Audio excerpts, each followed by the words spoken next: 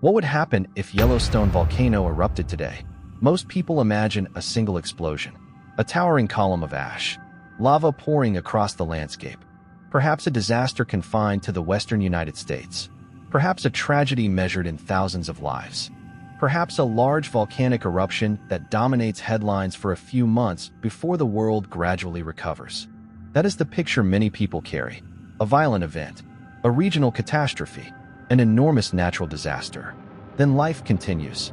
But that's not even the most dangerous part. The real danger is that Yellowstone is not simply a volcano. It is part of a volcanic system large enough to influence an entire planet. And if a true supereruption occurred today, the greatest threat would not be the explosion itself. It would be everything that happens afterward. To understand why, we first need to understand what Yellowstone actually is. Most volcanoes are mountains. Yellowstone is different. Beneath the national park lies a vast magma reservoir extending deep beneath the Earth's crust. The landscape visitors see today is actually the remnant of previous eruptions. The park itself sits inside an enormous volcanic depression called a caldera, a scar left behind by ancient eruptions so powerful they permanently reshaped the continent. The last major supereruption occurred approximately 640,000 years ago. It released hundreds of times more material than any eruption witnessed in modern human history. Entire regions were buried beneath volcanic debris. Ash spread across much of North America. The eruption altered ecosystems on a continental scale. If a comparable event occurred today, the first signs might arrive surprisingly quietly. Earthquakes increase. Ground deformation accelerates. Hydrothermal systems become unstable. Scientists observe unusual seismic activity. Monitoring stations detect changes deep underground. Warnings begin circulating. Authorities debate evacuation plans. Emergency meetings occur. For a brief period, humanity still believes it has time. Then the eruption begins. The initial explosion would be almost impossible to comprehend from nearby locations. Superheated gas trapped within rising magma would expand violently. Rock layers above the magma chamber would fracture.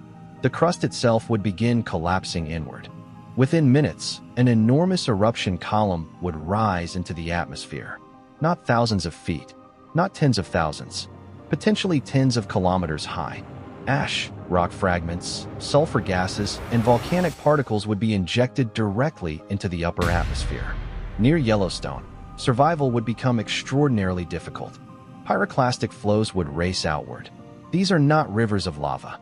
They are avalanches of superheated gas, ash, and debris moving at highway speeds. Temperatures inside them can exceed several hundred degrees Celsius. Everything in their path would be overwhelmed.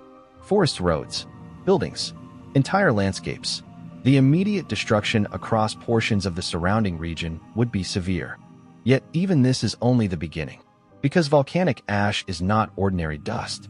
Each particle is a fragment of shattered rock. Microscopic, sharp, abrasive, and capable of traveling extraordinary distances.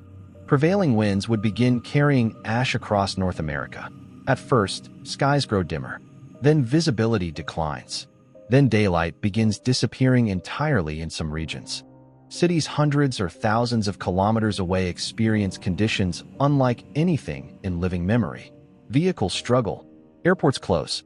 Power systems encounter failures. Water treatment facilities face contamination. Communication infrastructure becomes increasingly difficult to maintain. The human body also begins responding. Breathing becomes dangerous in heavily affected regions. Volcanic ash can irritate airways and lungs. Eyes become inflamed. Protective masks become essential. Hospitals begin receiving increasing numbers of patients suffering respiratory complications. Individuals with asthma and other lung conditions face particular risks. Yet the larger danger lies within the systems that support civilization. Modern agriculture depends upon sunlight. Volcanic ash in the atmosphere begins reducing the amount reaching Earth's surface. Initially, the effect appears modest. Then it grows. Fields receive less light. Growing seasons shorten. Crop productivity declines. Harvest forecasts begin falling across multiple continents.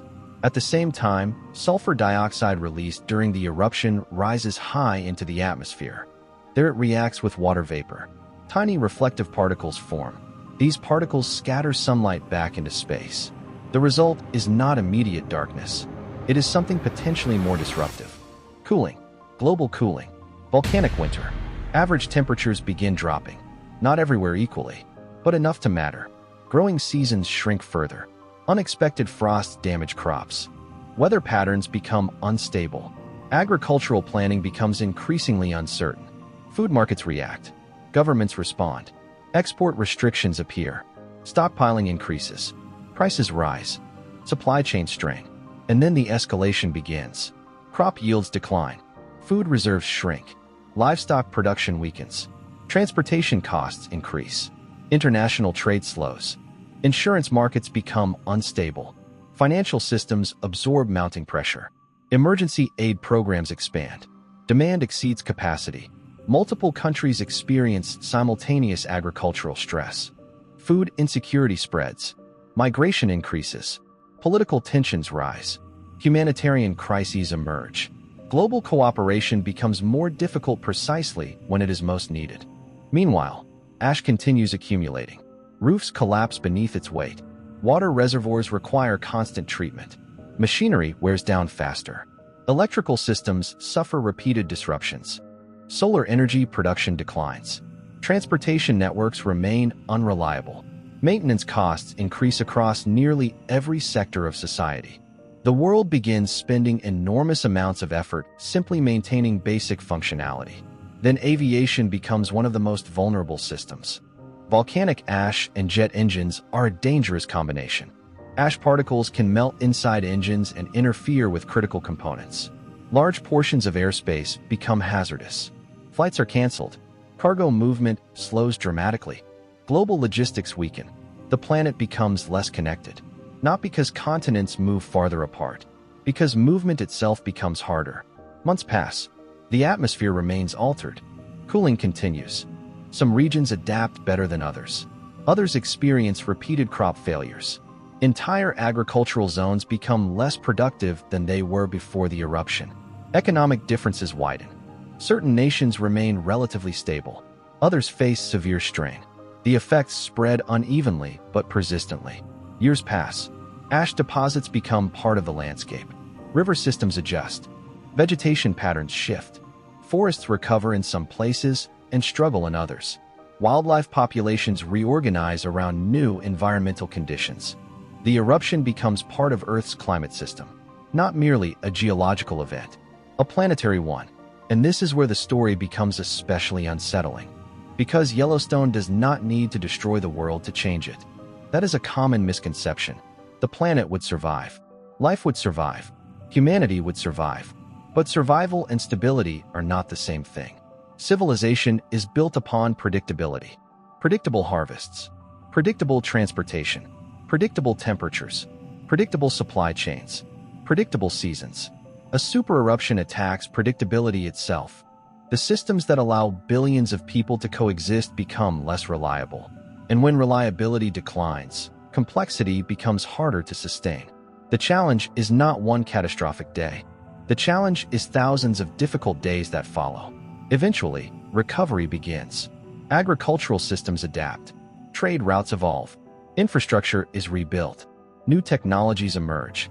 Human societies adjust to altered conditions, because adaptation is one of humanity's defining strengths.